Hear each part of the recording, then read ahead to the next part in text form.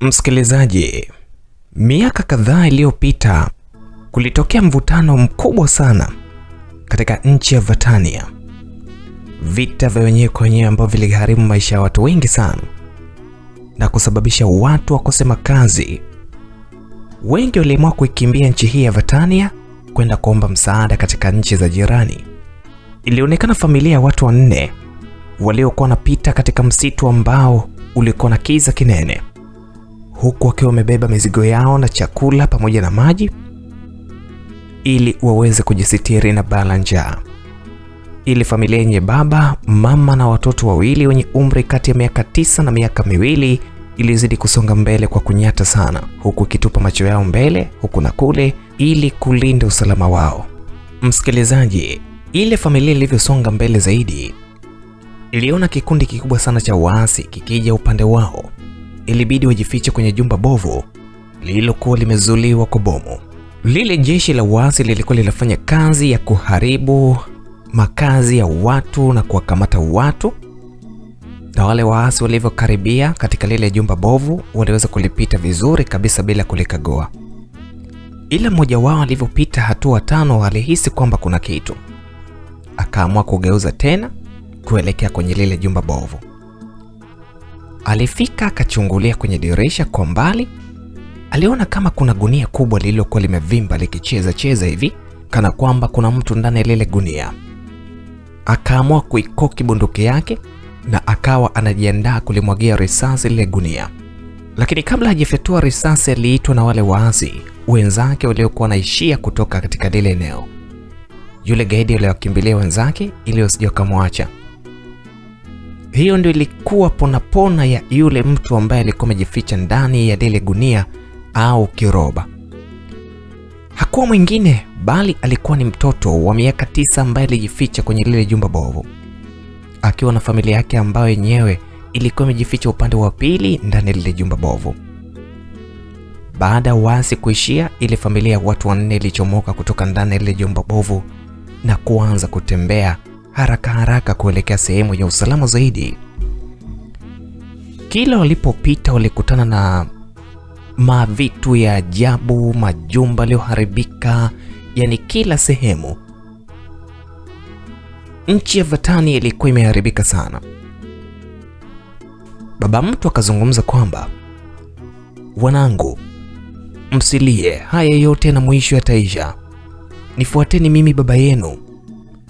Ana mwanangu, usimwache huyo mdogo wako tafadhali.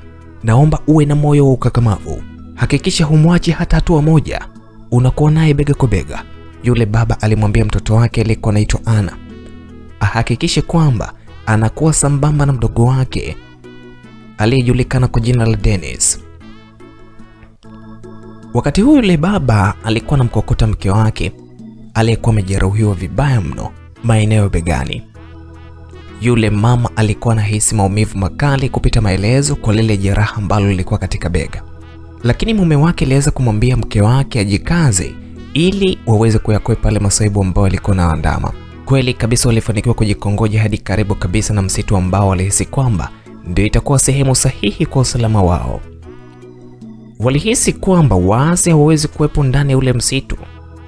Baada ya kuingia ndani ya ule msitu, hali ya yule mama ilizidi kuwa mbaya zaidi, yaani mama yake Ana pamoja na Dennis. Mama huyu alitoka na damu muda mrefu sana. Mume wake alijaribu kumpa huduma ya kwanza ili aweze kumtibu lile jeraha, lakini ilikuwa ni ngumu sana kwa sababu hakuwa na ujuzi wote ule wa kumtibia mtu. Hali iliyofanya mke wake aweze kupoteza maisha mbele yake. Huzuni ilitawala sana miongoni mwa wale watu 3 waliobakia, maana mtu wa 4 alikuwa ameshawatoka.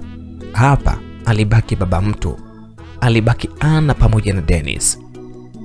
Yule baba alilia sana, vivyo hivyo hata watoto wake.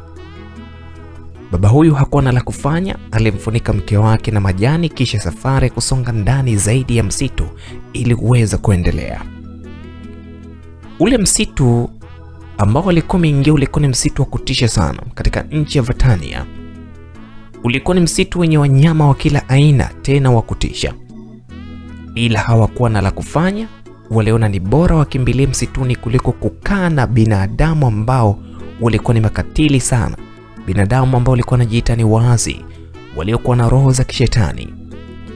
Walitembea hadi wakafika kwenye kimto kidogo kilichokuwa kinakatiza mule msituni. Yule baba aliwaambia wale watoto wake wawili, yaani Anna na Dennis, waweze kumsubiri ili aweze kuangalia usalama wa kule ambako walikuwa wanakwenda, yaani katika upande wa mto, kabla hawajavuka kwenye upande wa pili. Aliangaza huku na kule kama ataona hatari yoyote ile, lakini hakuona kitu chochote cha kuogopesha. Akaamua kuwaita watoto wake wale wawili waliokuwa wamebanana pale na kujikunyata kwa woga.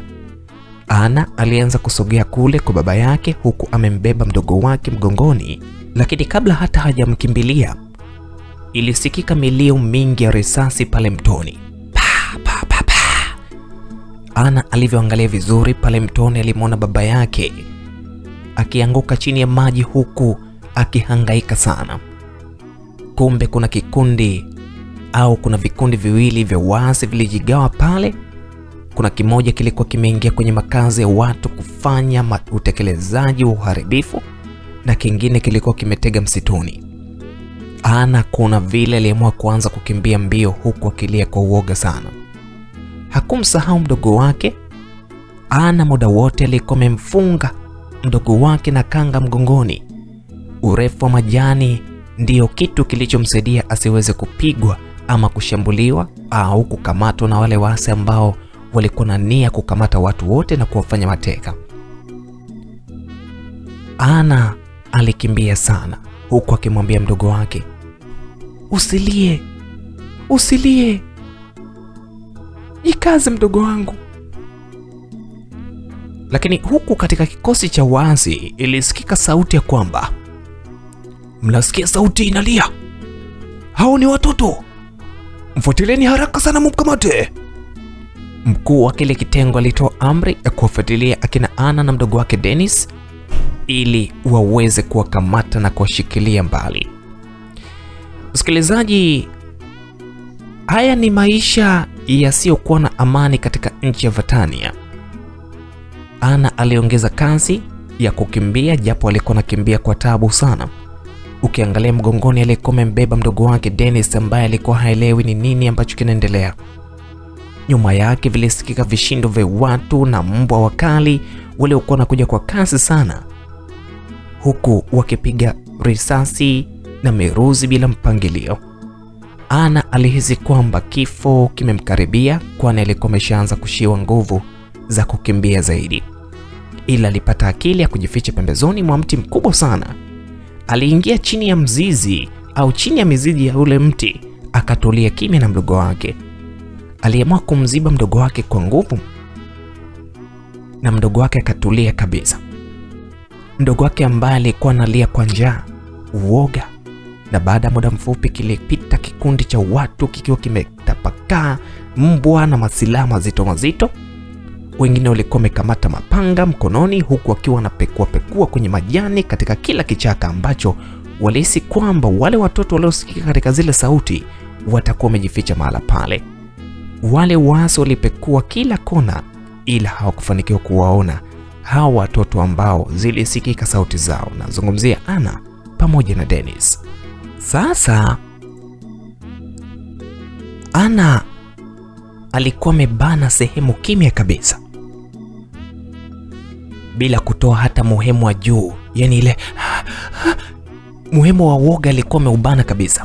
Lakini pia alikuwa amembana kwa nguvu sana mdogo wake, kwani alijua fika kwamba Dennis akilia tu wataonekana na kuuawa vibaya sana.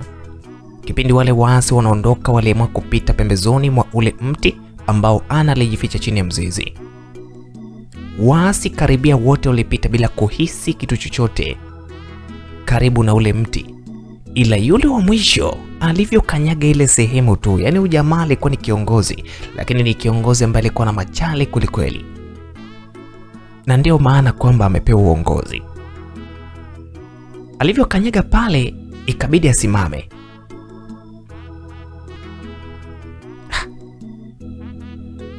Mguu wake wa nyuma ulititia kwa ndani, ikabidi asimame ili autoe mguu wake.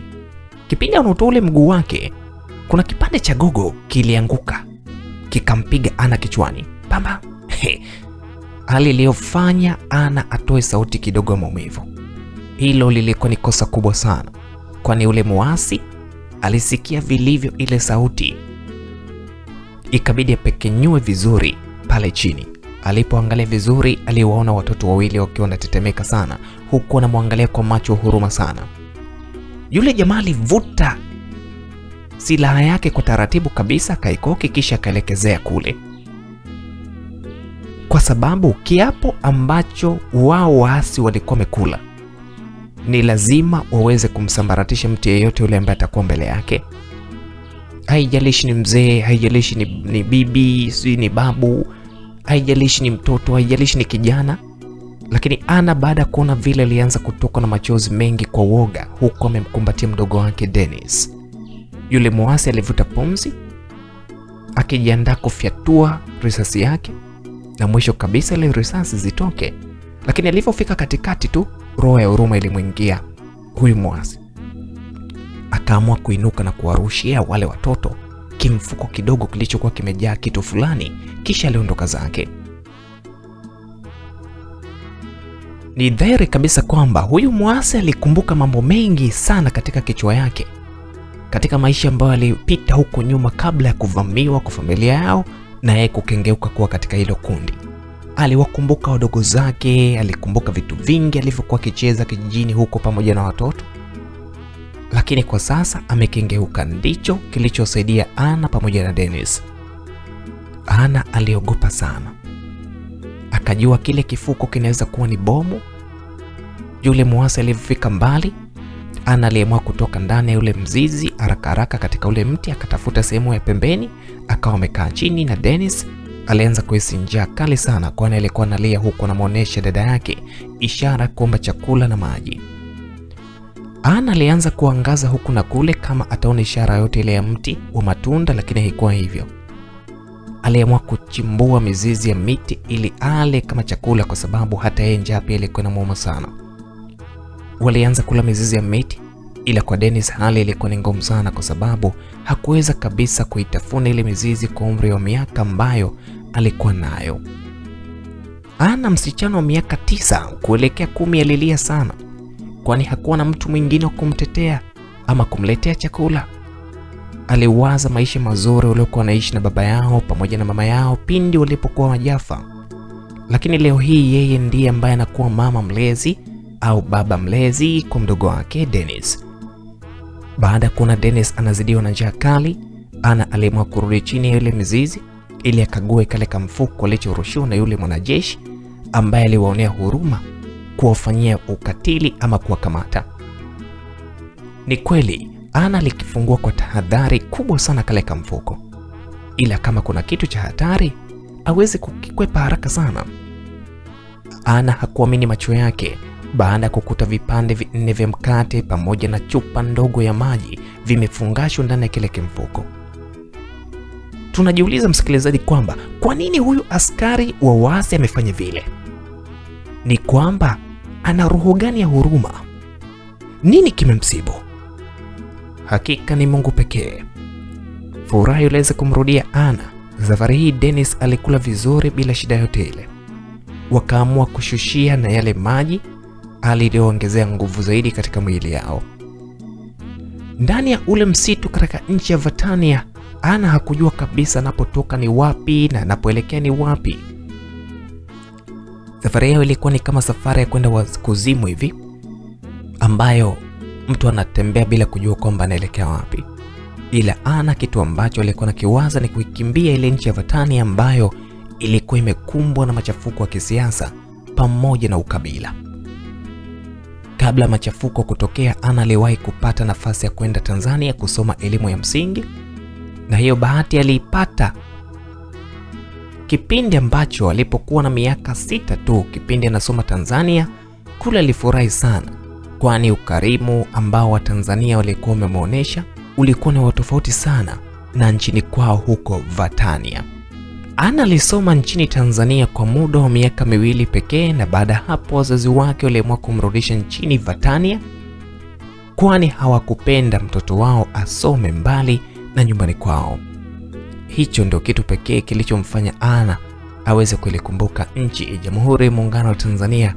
Hata katika safari yake msituni alikuwa anamuomba sana Mungu aweze kumuonesha njia ambayo itampeleka karibu na nchi ya Tanzania, ambayo kwa upande wake kwamba aliona ilikuwa ni ina amani. Njiani Anna alikuwa anapishana na vinyoka vidogo vidogo, wadudu wa ajabu ajabu, nyoka aina kobra waliokuwa na kusakosa kuwagonga, lakini Anna hakufanikiwa kuona nyumba yote ile. Kitu ambacho alikuwa nakiona ni miti mirefu tu mingi ikiwa imemzunguka. Alitembea hadi alipofika sehemu ambako kulikuwa kuna nyasi nyingi sana zilizokuwa zimemzidi urefu. Anna aliamua kumshusha mdogo wake Dennis pembeni, kisha yeye akaingia upande wa pili wa zile nyasi ili aweze kujisaidia, lakini pia kuangalia usalama zaidi. Na haikuchukua muda akasikia Dennis analia kwa sauti ya juu sana. Ilibidi aweze kurudi kwa kasi katika lile eneo ambalo lilikuwa limemwacha Dennis. Alikuta joka kubwa aina chatu likiwa limemzunguka Dennis, likiwa linajiandaa kumfanyia ukatili, yani kummeza. Anna alitahamaki, lakini ukubwa lile joka ulimtisha sana Anna, akawa anaogopa sana. Aliweza kurudi nyuma, akaokota gongo kubwa na kuanza kulirushia lile joka, lakini haikusaidia kitu chochote kile.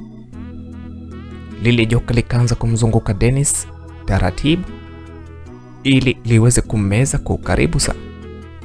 Anna kuona vile alijua kabisa mdogo wake ndipo atakapoweza kupotea, atamezwa kabisa na lile joka. Alivyoona vile aliamua kuchomoa sindano ndogo iliyokuwa imeibana kwenye sketi yake, akamchoma yule chatu kwenye ubavu. Baada ya kuchomwa, lile chatu lilijifyatua kwa nguvu na kumwachia Dennis.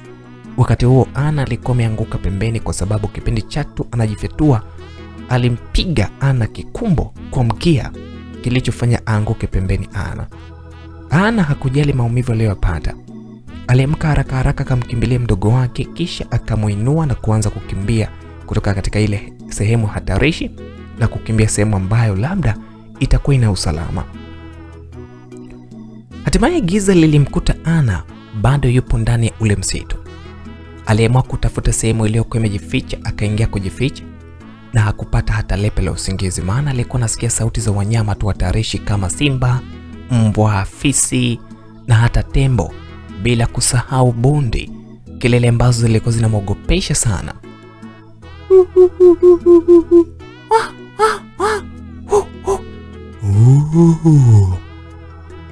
Sauti za simba. Kipindi hicho mdogo wake Dennis alikuwa amesinzia huku amemwegemea, akitetemeka kwa baridi kali lililokuwa linapita kwenye mwili wake.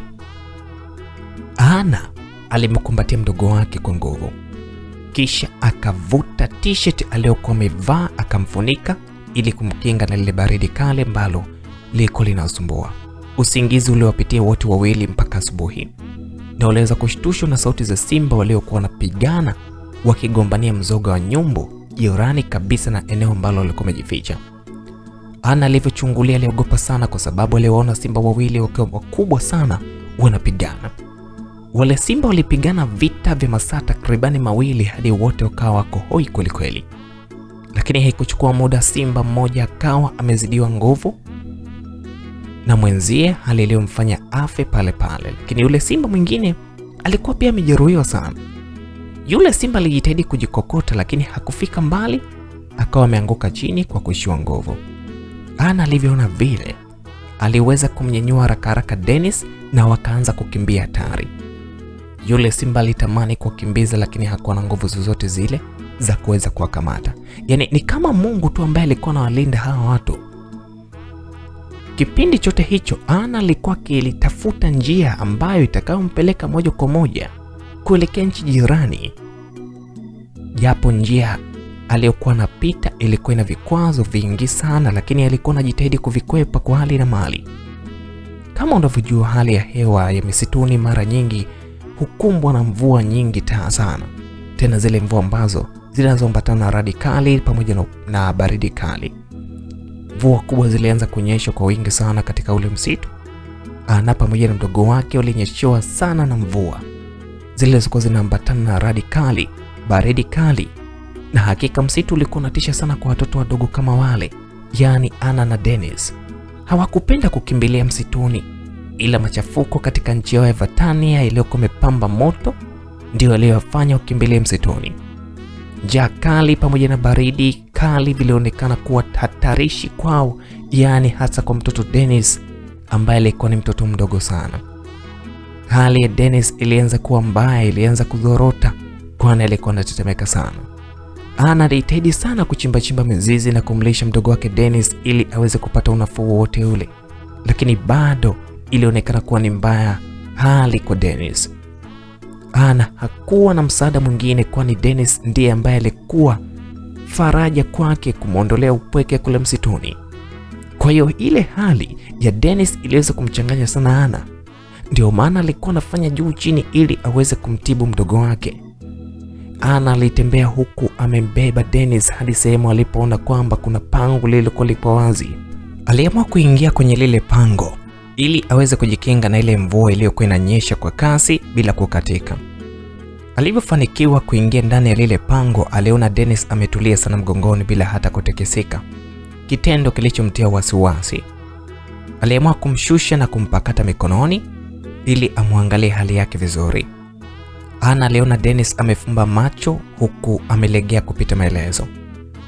Dennis alionekana kana kwamba vile amelala usingizi mzito sana. Anna alijaribu kumwamsha lakini Dennis alikuwa bado amefumba macho. Alijaribu kumtikisa kwa nguvu ili aweze kuamka, lakini hakuweza kubadili chochote au kuibadili hali halisi iliyokuwa imetokea. Ile mvua kubwa iliyokuwa imenyesha na kumnyeshea Dennis ilitosha kabisa kukatisha maisha ya kijana Dennis ambaye kabla ya kifo chake alipitia mateso makali ambayo hakustahili kabisa kupitia. Dennis alikuwa bado ni kijana ambaye alihitaji zaidi malezi ya mama na baba. Anna alilia sana kwani tumaini ambalo lilikuwa nategemea kule msituni lilikuwa nalo limefifia. Lilikuwa limezima kama mshumaa. Alihisi naye maisha yake hayatofika mbali. Anna aliweza kuhangaika sana kujikomboa. Akabaki mule ndani ya pango huku akilia sana na hakuamini kabisa kama kaka yake Dennis hayupo tena duniani. Alihisi labda Dennis amelala bwana. Labda anaweza kuamka hata kwa dakika chache baadaye. Kwa kuwa njaa ilikuwa ni kali, Anna aliamua kukamata wadudu wadogo aina ya mende na kuanza kuwala. Wengine alikuwa analisha. Anamlisha mdogo wake akidhani kwamba bado yu hai, kwamba anaweza kaamka. Kumbe masikini Dennis alikuwa ni wa zamani sana. Mvua ilinyesha wiki nzima kule msituni, Anna akiwa bado yupo ndani ya pango na mdogo wake. Lakini ilipofika siku ya 7, Anna alianza kuhisi utofauti kutoka kwa Dennis. Kwanza, Dennis alianza kujaa, alafu kuna harufu fulani tofauti sana. Kwa hiyo ndipo Anna alipoona kuwa Dennis ni kweli hayuko naye duniani. Angelifanya nini Anna? Anna alipomaliza kutapika pale kwa kichefuchefu, akawa anafuta machozi yaliyokuwa yanamtiririka pale, na aliita sauti ya mama yake kwa nguvu sana, lakini hakuna mtu ambaye aliyemuitikia zaidi ya kusikia mwangwi tu ambaye alikuwa anajirudia katika ule msitu. Anna alivyogeuka kwa nyuma, alimuona mnyama ambaye alikuwa anataka kufanana na paka akiwa anamwangalia. Anna aliamua kukimbia mbio huku akifakamia miti ya miba iliyokuwa inamchana vibaya katika mwili wake na miguu yake. Lakini cha kushangaza, yule mnyama hakuonekana kuwa na haja ya kumkimbiza wala kumdhuru, bali yeye aliingia ndani lile pango na kuufuata ule mwili wa Dennis ambao ulikuwa unatoa harufu. Mbio za Anna ziliishia katika sehemu ambayo kulikuwa kuna maporomoko makali ya maji. Alisimama pembezoni mwa yale maporomoko yaliyokuwa yanapatikana ndani ule msitu wa Vatania. Akaangaza huku na kule, huku anatetemeka sana. Kwa kuwa alikuwa na kiu sana, aliamua kuchota maji ambayo yalikuwa yanaporomoka mule na kuanza kuyanywa kwa haraka sana. Kipindi anakunywa yale maji, lilikuja wimbi moja kali ambalo lilimpiga kikumbo na kumtupa chini ya yale maporomoko. Anna aliishiwa kabisa nguvu, akawa anaperekeshwa na yale maji kwa kasi sana na yale maji. Kwa bahati nzuri hakuweza kuangukia miamba ambayo ilikuwa imechongoka pale katika ule mto. Alipokuwa ndani ya yale maji na mawimbi makali, Anna aliweza kujitahidi sana kupambana na yale maji, lakini haikuwa rahisi kwa upande wake kwa sababu alikuwa ni mdogo sana na hata nguvu hakuwa nazo kuweza kupambana na yale maji. Hilo ni 9. 10, hakuwa na ujuzi wote ule wa kuogelea. Kwa hiyo haikuchukua muda sana, Anna akawa ameperekeshwa na yale maji kama ili karefu kidogo, yani kama gogo. Yale maporomoko yalijulikana kwa jina la Inga Waterfalls. Ni moja kati ya maporomoko makubwa sana nchini Vatania. Ni maporomoko ambayo kipindi cha nyuma kabla ya machafuko yalikuwa ni kivutio cha utalii kikubwa sana nchini na hata duniani. Watalii wengi waliokuwa wanatoka nchi mbalimbali za Ughaibuni, hususan Ufaransa, Uingereza na Marekani, walikuwa wanafika pale katika hicho kivutio cha utalii cha maporomoko ya maji ambayo ilikuwa imeanza kaskazini mashariki mwa nchi hiyo Vatania na kuingia moja kwa moja katika mto mkubwa wa nchi ya Vatania, kisha yakawa yanaelekea katika bahari ya Atlantiki. Yale maji yalimsomba sana Anna hadi katika mto mkubwa, mto uliosifika kwa kuwa na viumbe vikubwa sana kama vile mamba na baadhi ya nyoka wakubwa waliokuwa wanapendelea kuishi majini. Wakati wote huo Anna hakuonesha dalili za kuwa na uzima. Alikuwa anaelea tu juu ya yale maji. Kwa bahati nzuri, pembezoni mwa ule mto kulikuwa na miti mingi sana, hali iliyofanya Anna akwame kwenye ule mti. Walionekana wazungu wawili waliovalia nguo za kijeshi za Kimarekani wakiwa wameshikilia mitutu ya bunduki, wakikatiza eneo lililokuwa jirani na ile sehemu ambayo Anna aliweza kunasa. Hey Brian, you see there? Is that child? Hey Brian, angalia pale, yule si mtu, ule ni mtoto, aliuliza mmoja wale wanajeshi wa Kimarekani, kisha wakaanza kujiweka tayari kwa vita, kwani walihisi kwamba kama anaonekana mtu huyu katika maeneo haya, inaweza kuwa ni mtego ambao umewekwa na majeshi ya waasi. Listen Chase, don't touch that chat. It's maybe a trick. We better move on rather than dealing with the lead to back. Sikiliza Chase, usimguse wala kumshika huyu mtoto, inaweza kuwa ni mtego huu. Ni vizuri tukaendelea safari zetu kuliko kuhangaika na huyu mtu, aliongea Brian ambaye alikuwa anamsisitiza mwenzake Chase haraka ipasavyo kwenye lile eneo wapotee. Lakini Chase, roho ya huruma ilimwingia yule mwanajeshi wa Kimarekani, akaamua kumvuta Anna kwa pembeni na kuanza kumkagua na kumkamua maji yaliyokuwa yamelivimbisha tumbo. Yaani Anna maana yake alikunywa maji mengi sana katika ule mto. Alimkamua sana bila mafanikio hadi naye akakata tamaa. Alivyoona Anna hashtuki, aliamua kumwacha ili waendelee na safari yao. Brian na Chase miongoni mwa wanajeshi waliokuwa wametumwa na Umoja wa Kimataifa kwenda nchini Vatania ili kulinda amani, lakini jeshi la waasi lilionekana kuwa na nguvu sana, kwani miongoni mwa wanajeshi 90 waliotumwa nchini Vatania ni wao tu wawili walioweza kukwepa kifo, kwa sababu wenzao wote takriban 80 na kitu waliweza kusambaratishwa. Brian na Chase hawa ni makomando ambao walianza kusonga mbele na kumwacha Anna akiwa amelala pale chini. Walipiga hatua kama 10 hivi, ikasikika sauti ya yule binti ikikohoa kwa nyuma yao. Chase aligeuka, kamkimbilia Anna na kuanza kumpepea ili aweze kupata unafuu.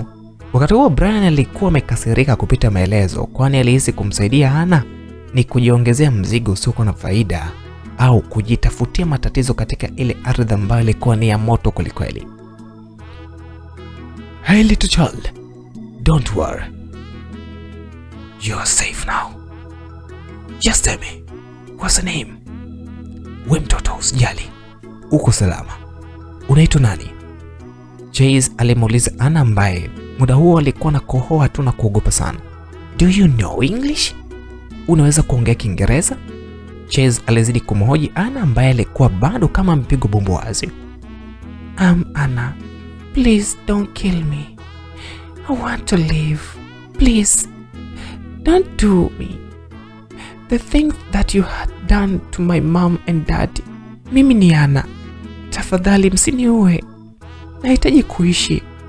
msinifanye kama mlivyofanya kwa mama yangu na baba yangu. Ana alitaja jina lake huku akijitetea, kwani alifikiri kwamba wale wanajeshi nao ni waasi, kwa hiyo alikuwa naomba wasimumue ama kumwangamiza kama ilivyotokea kwa mama yake na baba yake. Chase aliamua kumtuliza Ana, kisha akamchukua na safari ya kutafuta njia kutoka ndani ya ule msitu ikaanza mara moja. Baada ya kuzunguka kwa muda wa masaa 6 ndani ya ule msitu, hatimaye walijikuta wanatokea katika kijiji kilichokuwa kimetulia sana. Hakuonekana hata mtu mmoja aliyekuwa anazunguka katika kile kijiji. Hofu na wasiwasi zilianza kuingia kwa Chase pamoja na Brian, hali iliyofanya waanze kutembea kwa kujificha na kwa tahadhari kubwa sana pembezoni mwa makuti ya zile nyumba ambazo zilikuwa zimejengwa pale katika kile kijiji. Muda wote Ana alikuwa pembezoni mwa Chase ili apate usalama wake. Walikagua baadhi ya nyumba, lakini hawakuona mtu yeyote yule ambaye alikuwa anakaa pale. Wakaamua kutembea kwa kujiamini, kwani alijua kabisa kwamba wanakijiji watakuwa wamekimbia kijiji chao kwa sababu ya machafuko.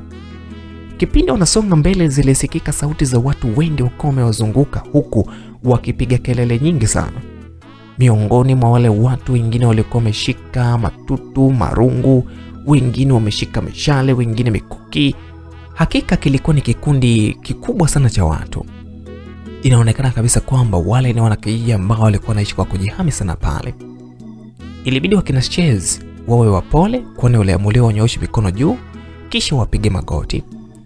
Wale wanakijiji walimvuka Ana pembeni kutoka kwa kina Chase, kisha wakawaweka pembeni na kuanza kuwahoji kwa lugha ambayo ilikuwa ni tatanishi kwa upande wao Brian na Chase, yani lugha gongana. Hey! Irusolo likonge, nini kina nani? Aliuliza mzee mmoja alionekana kama ndio kiongozi wale wanakijiji wengine.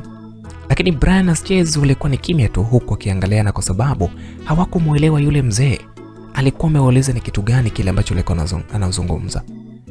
Chase alikuwa anajaribu kujieleza kwa lugha ya Kiingereza ambayo ilikuwa ni vigumu sana kueleweka miongoni mwa wale wanakijiji.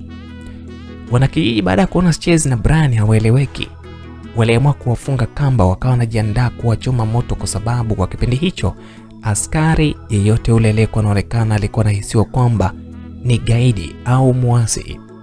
Kwa hiyo hilo ndilo ambalo lilikuwa linaenda kuwakuta wale maaskari wawili wa kulinda amani.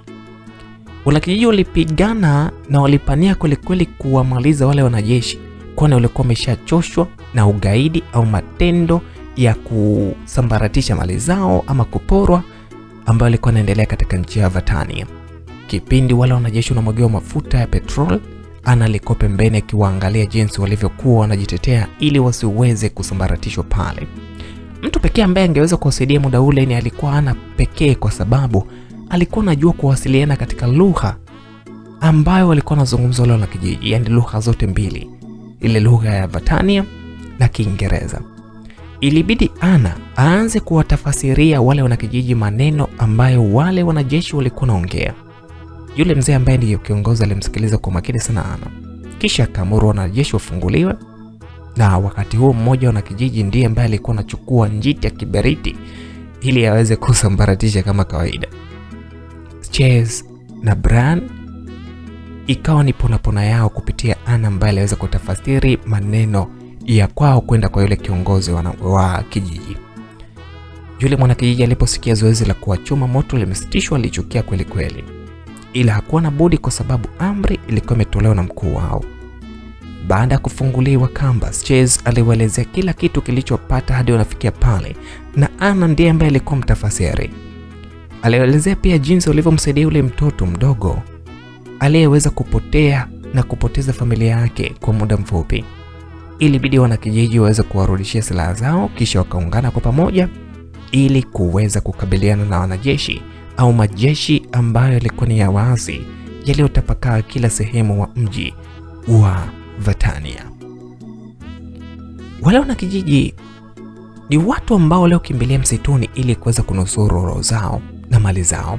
Kipindi kile cha machafuko yamepamba moto mjini, kipindi wanakimbilia msituni walikuwa ni wengi sana. Walikuwepo ni watu wa kila rika, kuanzia wanaume, wakina mama, vijana, wazee na watoto. lakini idadi yao iliweza kupungua sana kwa sababu wengi waliweza kupotezwa na wahanga ama na majanga ambayo yalikuwa yanaendelea kutokea.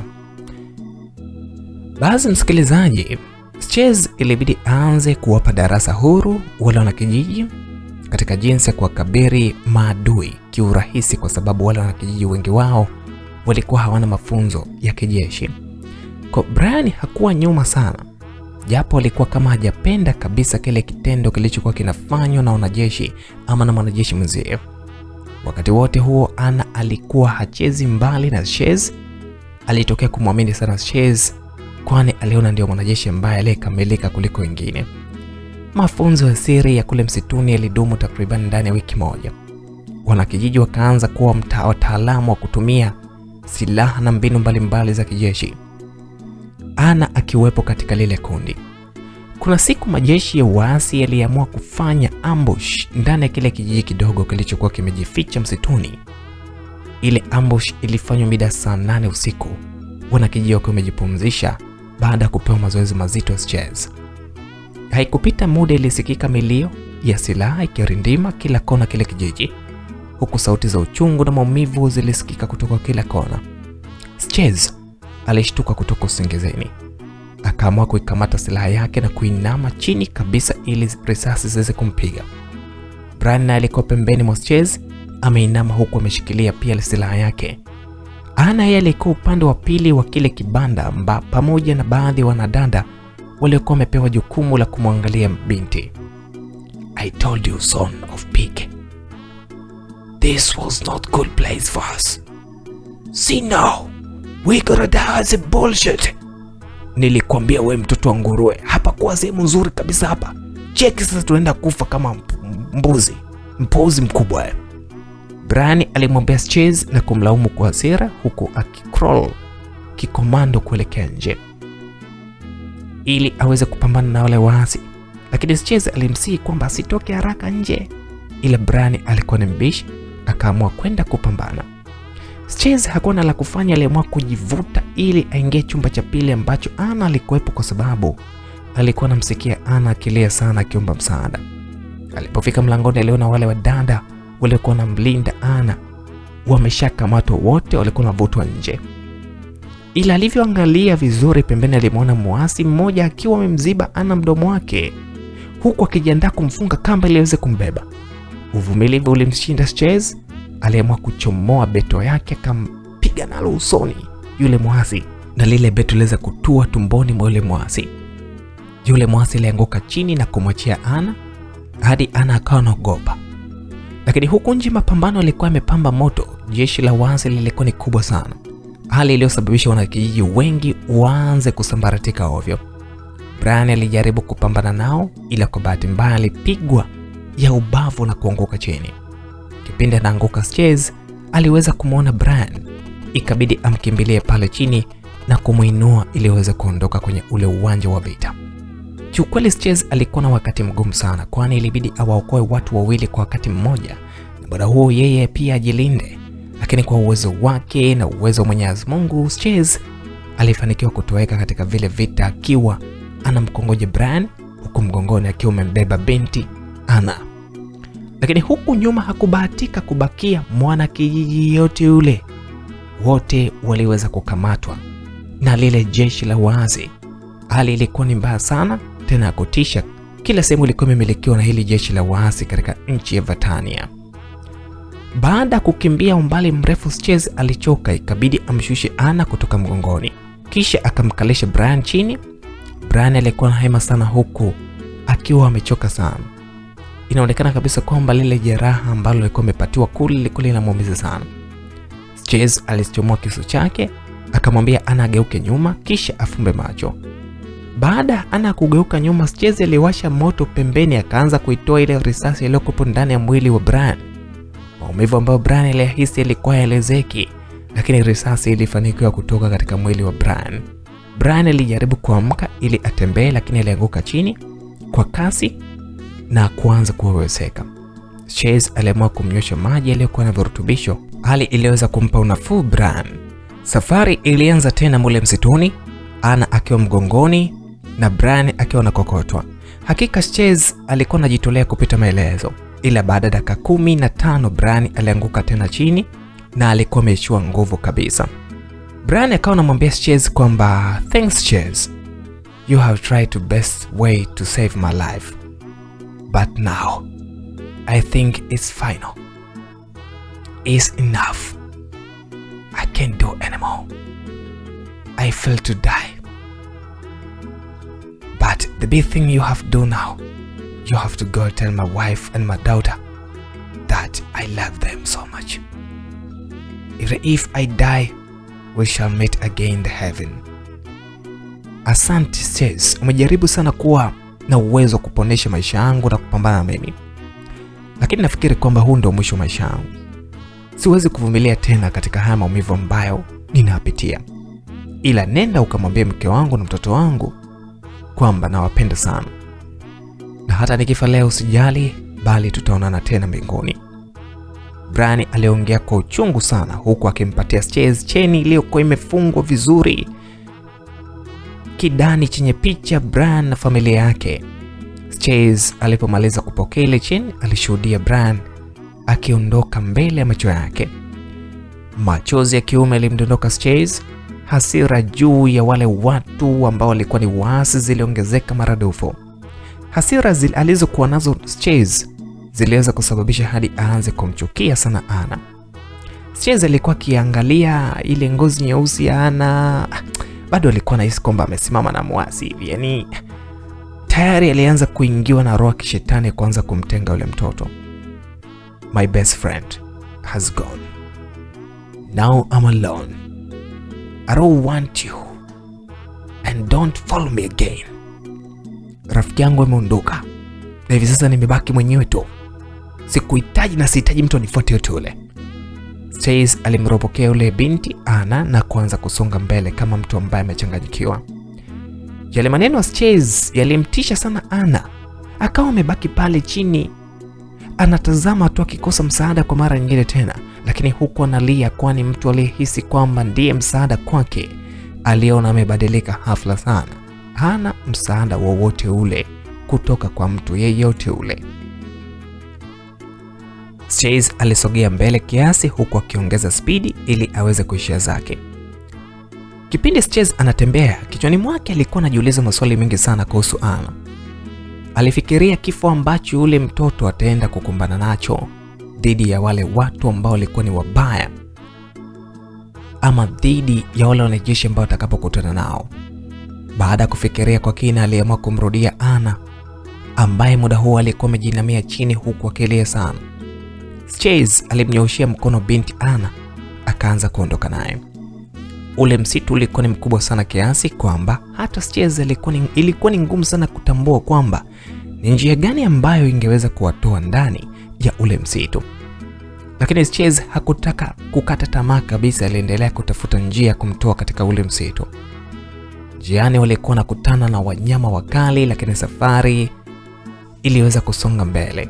Wanyama hawakuwa ni kikwazo. Yaani walikuwa nakutana na viangamizi ama vikwazo vya kushika moto, yani cha mtema kuni walikuwa nakiona, kwa sababu silaha nazo za Chase zilikuwa zimeisha. Kwa baada ya kuzunguka sana ndani ya ule msitu, ulijikuta unatokomea kabisa na kutokea barabarani, na ilibidi Chase amfiche Anna ili iweze kusogea karibu kabisa na barabara, aweze kuhakikisha kwamba usalama kama upo ili waweze kusonga mbele. Alikuwa anachunguza kila gari lililokuwa linapita pale katika lile eneo, ila aliona magari mengi sana akiwa amewabeba watu au wananchi waliokuwa wanatolewa nchini Vatania na kupelekwa katika nchi jirani za Burundi na Tanzania. Alipochunguza vizuri uniform za maaskari wale waliokuwa wamewabeba wale wananchi, aliona kabisa kwamba kuna nembo ya Umoja wa Mataifa, nembo ambayo inawakilisha UN. Hicho ndicho kitu ambacho kilimpa nguvu sana. Akamfuata Anna pale alipomficha na kusogea naye hadi karibu na barabara, kisha akaanza kupunga mikono juu kabisa kuomba msaada. Upande wa mbele yao lilisimama gari moja aina cruiser lililokuwa limesheheni baadhi ya askari. Lile gari lilisimama likawaamuru wanyoshe mikono juu kwa uchunguzi zaidi, na wale askari wa kulinda amani walipowachunguza vizuri waligundua kwamba Chase sio mhalifu bali ni miongoni mwa wale wanajeshi 90 walioweza kutumwa na jeshi la Marekani katika ile nchi ya Vatania kipindi cha nyuma kuja kuweza kutoa msaada. Chase na Anna walipakizwa na safari kuelekea nchi nyingine ikaanza, kwa sababu manusura wengi walikuwa nasogezwa nchi jirani kwa usalama zaidi. Ila Anna aliwaambia wale maskari kwamba yeye anataka aende Tanzania kwa sababu ndio sehemu pekee anayopenda kuishi na aliwahi kuishi huko kwa ajili ya kitaaluma. Chase aliona sio mbaya naye kama ataongozana na Anna hadi Tanzania ili iwe rahisi kupanda ndege na kurudi nchini mwake Marekani. Baada ya kuingia huko katika nchi jirani ambayo alipelekwa huko, aliambiwa yupo huru kama akiweza afanye mawasiliano na uongozi wa Marekani ili waje kumchukua pale katika ile nchi ambayo ilikuwa ni wameingia. Aliwaambia wale wanajeshi kuwa atafanya maongezi na uongozi wa taifa hilo la Marekani pindi atakapofika Tanzania. Wale maaskari wa UN walitaka wabaki na Anna tu ili waweze kumpatia huduma nyingine za kiafya, lakini Anna aligoma kabisa. Alikuwa anaogopa sana maaskari sana. Alihisi hata wale wanaweza kuwa ni waasi wale. Kwa hiyo aliweza kulazimisha apelekwe Tanzania, na baada ya Anna kulia sana, maaskari wa Umoja wa Mataifa waliona kwamba isiwe tabu na waliamua kumruhusu Chase aweze kumfikisha yule binti katika nchi ya Tanzania, kisha amkabidhi kwenye shirika la kulea watoto la Kids UNICEF lililokuwa na uhusiano mkubwa sana na jeshi la UN. Chase alikubali na kila kitu, na safari ya kuitafuta Tanzania ilianza mara moja sana. Ndege iliyopanda ilipita Zambia na mwisho ilitokea Tanzania katika uwanja wa Mwalimu Julius Kambarage Nyerere. Chase alifuata maelekezo kama aliyopewa kumfikisha Anna kwenye kituo cha kulelea watoto cha Kids UNICEF cha kulelea watoto wadogo. Na kweli siku hiyo hiyo iliyofika tu Tanzania, Chase alienda na Anna moja kwa moja hadi kwenye kile kituo, akajitambulisha kwa waangalizi wa kile kituo, kisha wakampeleka Anna. Na Chase aliweza kumwaga Anna na kumwambia kwamba amepona sasa, yani yuko salama. Hatosikia tena milio ya machafuko, bali ataweza kusikia sauti za watoto wenzake zilizojaa amani na upendo, zikiwa zinafurahia maisha. Baada ya kumwaga, Chase alimkabidhi Anna cheni ambayo alimwambia kwamba hata siku akikua basi aweze kumkumbuka katika maisha yake. Anna alipokea ile cheni akawa naivaa. Kwa vile ilikuwa ni kubwa, aliamua kuikunja mara mbili kisha akaivaa tena. Chase alifanikiwa kufanya maongezi na uongozi wa nchini kwao ambao ulimtumia ndege ambayo ilimfuata ili aweze kurudisha majeshi yake au makazi yake Marekani. Akiwa kwenye ndege, Chase alikumbuka sana Afrika. Alikumbuka matukio yote ambayo alikuwa ameyaona Afrika. Alikumbuka marafiki zake na zile moment ambazo alikuwa anapambana kurejesha amani Afrika. Alimkumbuka rafiki yake kipenzi Brian ambaye alikufa mbele yake. Lakini pia hakusahau kumbukumbu za yule binti Anna, mtoto mdogo aliyefanikiwa kukwepa maangamizi au machafuko kule msituni. Chase alifuta machozi katika ile ndege, kisha akafumba macho na kumwomba Mungu awasaidie watu wote ambao wamewaacha katika mazingira magumu sana, hasa katika nchi ya Vatania. Siku za mwanzoni Anna alikuwa anafurahia sana maisha pale kituoni katika kituo cha Kids UNICEF, lakini kwa kadiri siku zilivyokuwa zinasonga mbele ndipo utofauti ulikuwa unaanza kuonekana. Yale mapigano yaliweza kutokea katika nchi ya Vatania yalionekana kumwathiri sana Anna kisaikolojia. Anna alianza kuona utofauti mkubwa sana, kwani kila alipokuwa analala alikuwa anaota ndoto mbaya sana, tena ndoto za kutisha. Alikuwa anaona watu wakikimbia, mara sio anaota anakimbizwa na joka. Yaani ni mtu ambaye alikuwa anaona maruarue tu. Anna hakuwa anatamani kulala kabisa, kwa sababu kila alipokuwa kilala ndipo vitu vya ajabu ambavyo vilikuwa vinamtokea katika usingizi wake. Ni kwamba kwa siku hizi Anna alikuwa anapata usingizi wa maruarue sana. Zile ndoto za ajabu alizozidi kuziota, Anna aliamua kueleza wale waliokuwa wanasimamia kile kituo, lakini walimwambia kwamba asijali na wala siogope, hakuna kitu kibaya ambacho kinaweza kumpata. Ilibidi Anna kubaliana nao kwa kuwa hawakuwa na la kufanya zaidi ya kuamini kwamba zile zilikuwa ni ndoto za kawaida sana. Kile kituo cha Kids UNICEF kilikuwa ni moja ya kituo kikubwa sana cha kulelea watoto wenye matatizo mbalimbali kama vile walemavu, yatima, na kile kituo kilisifika kwa kuweza kubadilisha ndoto za watoto wengi sana waliotokea katika mazingira magumu na baadaye kuwa watu maarufu sana nchini Tanzania. Basi hizo sifa zilitosha kabisa kuvumisha jina la Kids UNICEF hadi nchi za ughaibuni ambazo zilikuwa zinatoa support ya kutosha kuhakikisha kwamba huduma ndani ya kile kituo zinaendelea vizuri. Lakini kuna siri kubwa sana ilikuwa imejificha ndani ya kile kituo cha kulelea watoto, siri ambayo watu wachache ndio ambayo walikuwa wanaifahamu. Ni siri gani hii? Ana maisha yake aliweza kuzoeana na baadhi ya watoto wenzie ambao walikuwa na miaka iliyokuwa inalingana na yeye. Lugha ya Kiswahili haikuonekana kuwa shida sana kwake. Alikuwa anaongea Kiswahili fasaha sana, tena kuwazidi watoto wa Kitanzania waliokuwa wanatokea mikoani. Maisha ndani ya Kids UNICEF yalizidi kuwa ya kutatanisha kwa Ana. Alikuwa anapatiwa huduma zote za msingi, ukianzia chakula, malazi, mavazi na huduma zote za kiafya. Lakini kitu kilichokuwa kinamuumiza Ana akili yake au kichwa chake ni kwamba pindi ikifika usiku tu. Usiku mmoja Ana akiwa amelala kitanda cha 5 kutokea mwanzoni, alishtuka mida saa 7 usiku. Chumba kile alichokuwa analala kilikuwa kipana sana. Ndio maana hata wasimamizi na walezi wa kile kituo waliamua kupanga vitanda pande mbili tofauti, yani vingine vilikuwa kulia, vingine kushoto. Ila katikati palibaki wazi. Ana alivyoshtuka kutoka usingizini, alikuwa amebanwa sana na haja ndogo, akaamua kuinuka peke yake ili aweze kujisaidia. Uzuri vyoo vilikuwa vya ndani kwa ndani, kwa alipiga hatua vizuri hadi chooni aweze kujisaidia salama. Ila alivyomaliza kujisaidia, alishangaa ukuta wa chooni unamuonesha mama yake akiwa amemshikilia mdogo wake Dennis, wote wakiwa wanachuruzika machozi, huku akilia machozi mengi sana. Ana aliogopa sana na akawa anarudi nyuma kwa uoga sana, huku moyo wake unadunda kweli kweli, na akarudi kwenye kitanda chake huku akihema sana. Alipofunika shuka ili aweze kulala, usingizi haukuja kabisa. Alitamani kwenda kuwaambia wale walinzi ama walezi wake ambao jambo aliloliona kule chooni, lakini aliogopa kwa sababu ilikuwa ni usiku mkali na kile chumba cha walezi kilikuwa kinajitenga sana na kujitegemea. Kipindi Ana amejifunika shuka, alisikia vitanda vinatikisika kwa kupokezana. Vilianza kutikisika vitanda vya upande wa kushoto, baadaye vile vya kushoto vilitulia, vikaanza kutikisika vitanda vya upande wa kulia. Ile hali ilimtisha Ana kupitia maelezo, akaamua kuziba masikio yake ili asiweze kusikia chochote tena. Lakini ile milio haikusaidia. Safari hii vile vitanda viliongezeka kasi na kutikisika. Baada ya lisali moja kupita, hali ilitulia kana kwamba hakukuwa na kitu chochote kilichotokea.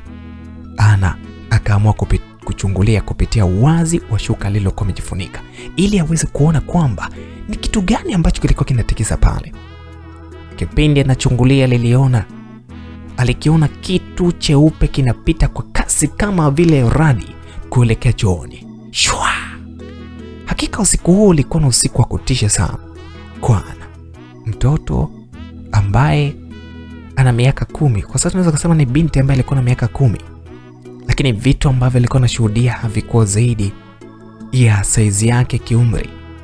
Kulivyokucha, Ana ilibidi aulize marafiki zake kama walisikia vitanda vinatikisika. Lakini ajabu ni kwamba wale wenzake walianza kumcheka na kumwambia kwamba wewe Ana utakuwa umechanganyikiwa wewe. Kitu gani umesema kimetokea? Vitanda? Yaani wewe Ana wewe. Alivyoona wale marafiki zake wanamcheka, aliamua kwenda kumweleza mkuu wa walezi wa kile kituo cha Kids UNICEF, aliyejulikana kwa jina la Joy au Sister Joy. Sister Joy alimsikiliza Ana kwa umakini sana. Kwa kuwa Ana alikuwa ni mdogo, Sister Joy alihisi kwamba itakuwa ni uoga tu wa kawaida ambao unamtisha Ana.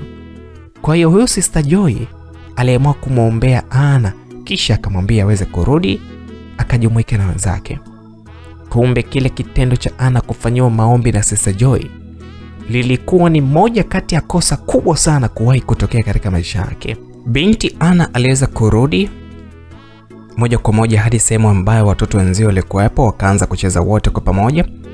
Walikuwa wanacheza michezo mingi sana kitoto, ili mradi waweze kufurahia maisha yao, kwani wengi walikuwa wametoka kwenye maisha ambayo yalikuwa ni magumu ama maisha ambayo yalikuwa ni ya taabu sana. Ilipofika mchana, kengele ya chakula iligongwa na kila mtoto ama kila binti ambaye alikuwa pale aliweza kukimbilia mara moja kwenye sehemu ya kulia chakula ijulikanayo kwa jina la dining hall. Baada ya kujipanga kwenye meza za chakula, msosi ulianza kupitishwa na wahudumu kwa kugawa chakula kwa kila kijana. Siku hiyo ilikuwa ni siku ya ugali au zamu ya ugali na nyama. Kwa hiyo watoto wengi walionekana kufurahia sana kile chakula kupita maelezo. Nyama tena. Ila kwa Ana hali ilikuwa ni tofauti sana, kwani yeye alikuwa ni kimya sana, kama mtu ambaye alikuwa anajifikiria mambo fulani kichwani mwake.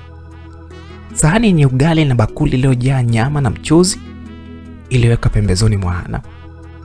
Ana, unaumwa? Mbona umepoza sana? Aliongea mmoja wa wagawa chakula baada ya kuona Ana akiwa mpole sana. Ana alishtuka kutoka katika wimbi zito la mawazo, akamjibu ule mgawa chakula kuwa hana tatizo lolote lile. Kipindi Ana anakula kile chakula, kuna vitu alianza kuviona ndani ile bakuli iliyojaa mchuzi na nyama, hali iliyomshtua kwelikweli. Alivyochukua kipande cha nyama ili akile, alishtuka baada ya kuona kile kipande cha nyama ni kibichi kabisa, tena kikiwa kinavuja damu mbichi kabisa. Ilibidi akirudishe kwenye bakuli haraka sana. Sijui ni mawenge au dada anaona. Ana alivyoucheki ule mchuzi, akaucheki ule ugali, alianza kuogopa sana, lakini alivyokuwa anawaangalia watoto wenzio walivyokuwa nakula, alishangaa walikuwa busy wakifakamia kile chakula kwa kasi. Kuona vile ikabidi Ana muite rafiki yake wa kike aliyekuwa anaitwa Tresa ili waje kula wote. Tresa alikuwa ni mrafiki wa Ana kwa ukaribu sana, na kwa upande mwingine alikuwa ni mrafiki kweli kweli, kwani kipindi anaitwa na Ana anafurahi kweli kweli. Ana, ina maana umeshiba? Ndio kitu cha kwanza Tresa alichomuuliza Ana pindi alipofika tu kwenye ile meza ambayo alikuwa amekaa Ana. Tresa alivyoridhika na jibu alilopewa na Ana, aliamua kuanza kula kile chakula kwa kufakamia sana. Ana aliona Tresa anakula, hashtuki kabisa kuhusiana na zile vitu ambavyo alikuwa ameviona katika chakula ambacho kulikuwa umepewa. Ana alivyojaribu kumhoji Tresa kuhusu zile nyama kwamba nyama tamu yani tamu, zimeiva vizuri, alafu nyama za leo jamani nzuri sana Ana, kwani unakataa? Ana aliamua kuvuta kibeseni ili aweze kunawa maji. Aliona kile chakula hakikuwa cha kawaida. Kipindi ananawa maji, alishangana nao damu, hali iliyomfanya apige kelele kwa nguvu sana hadi watoto wenzake wakashtuka. Ana alichukuliwa akapelekwa hadi katika chumba maalum cha kutuliza watoto ambao walikuwa wanaonekana kama wamepata kichaa. Wasimamizi wengi wa kile kituo cha Kids UNICEF walihisi kwamba huenda Ana ameugua ugonjwa wa kichaa, kwa hiyo walimpeleka kwenye kile chumba maalum ili waweze kumpatia tiba maalum au huduma ya kwanza kwa ajili ya wahanga wenye kichaa.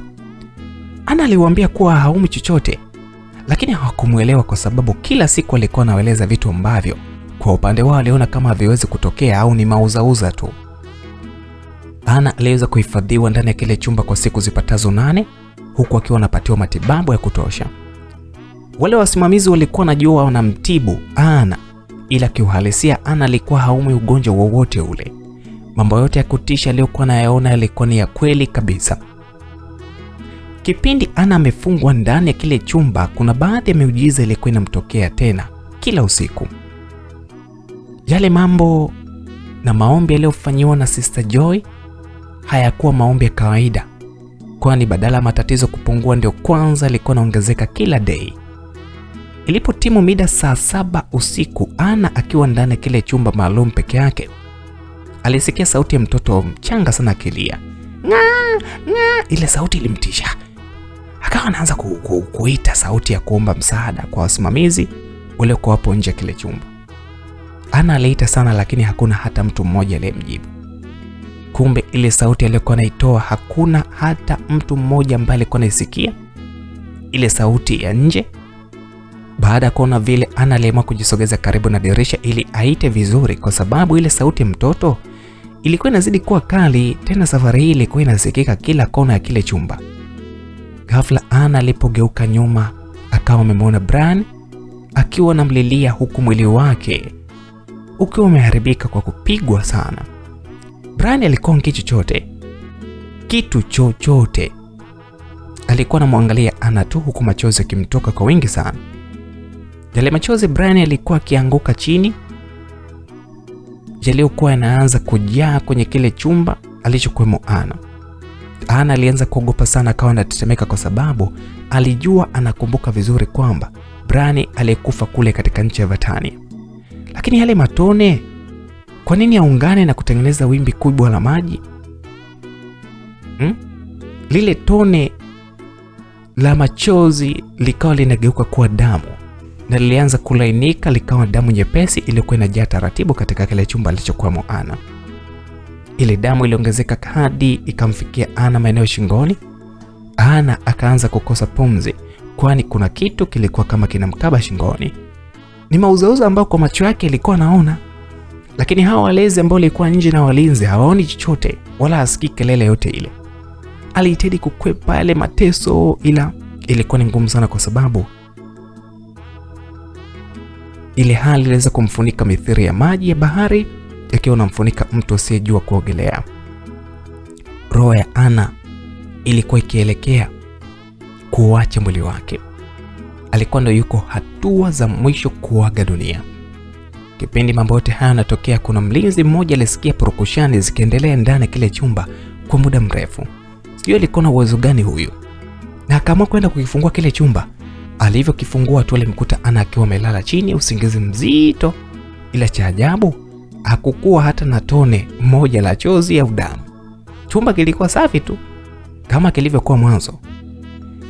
Yule mlinzi alimwamsha Anna pale chini, kitendo ambacho kilimshtua Anna. Akaamka huku akihema sana na kushikilia koo lake.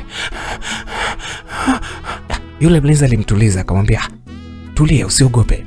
Kila kitu kiko sawa." Baada ya yale matibabu, Anna aliweza kurudishwa kwa wenzake, akaungana nao.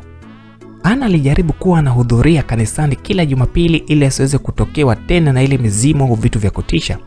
Lakini ilikuwa ni kama mbwa unampa bucha ama fisi unampatia bucha kulindia, kwa sababu aliyekuwa kiongozi mkuu wa dini ndani ya kile kituo alikuwa ni Sister Joy. Sister Joy ilionekana kuwa ni mzuri machoni mwa watu, ila kuna mambo mengi sana alikuwa anawafanya wale watu ambao walikuwa wanawalea pale, hususan wale vijana ambao walikuwa katika kati ya umri miaka 10 na kuendelea. Watoto wasiojiweza. Tena alikuwa anagawa hadi misaada huko mitaani kwa familia ambazo zilikuwa hazina uwezo. Sister Joy alikuwa anafanya mambo mabaya sana. Kuna siku Anna amelala, kuna mtu asimfahamu akiwa ameziba sura yake kwa mavazi meupe yaliyokuwa na waka. Alimtokea Anna usingizini, akamwambia kwamba amfuate. Anna bila kujitambua alianza kumfuata yule mtu taratibu, huku akiwa bado ana usingizi. Yule mtu alimvuta Anna hadi kwenye dirisha la chumba cha Sister Joy, kisha akamwonyesha kitu ambacho Sister Joy alikuwa nakifanya kila siku. Anna alivyoona hakuamini macho yake. Msikilizaji, huu ni mwanzo tu wa simulizi hii nzuri inayomhusu Anna, The Last Fight. Twende pamoja hadi mwisho simulizi hii tutakapoishia. Kumbuka hii ni simulizi ya ujasusi, lakini na mambo ya kichawi pia. Kwa kama una moyo kuogopa naomba usikilize mapema tu mchana huu, lakini usisikilize usiku ukaanza kukimbia hapa na kuanza kunipigia simu hapo kupitia 0657203146 kusema kwamba naogopa bwana, hii story mbona inatisha sana. Inabidi sometime tuende kwenye mahusiano, mapenzi, lakini pia tupeane simulizi ambazo ni za kuogofya kidogo. Kumbuka hii simulizi ni ya kuogofya, kwa hiyo kama unasikiliza sikiliza, lakini pia usisikilize mbele ya watoto, au usisikilize ukiwa mwenyewe umeshatengeneza mazingira yako fulani hivi ya hofu katika moyo wako. Kwa hiyo twende sambamba, ikiwa ni sehemu ya kwanza kabisa ya simulizi hii, tutakuja kukupatia sehemu ya pili ya simulizi hii. Kumbuka Anna ana uwezo binafsi katika mwili wake, na tayari katika ndoto ambayo ameiota, huyu mtu kampeleka moja kwa moja kwenye chumba cha ule Sister Joy ambaye alikuwa anaaminika pale katika kituo kwamba ni mwanamama wa kiimani kweli kweli. Anna ndoto hii imemuonesha kwamba huyu Sister Joy anafanya mambo gani, nini ambacho huyu mtu ambaye kavaa manguo meupe kaenda kumuonesha. Nipo nawe hadi mwisho simulizi hii. Hii ni sehemu ya kwanza, karibu katika sehemu ya pili.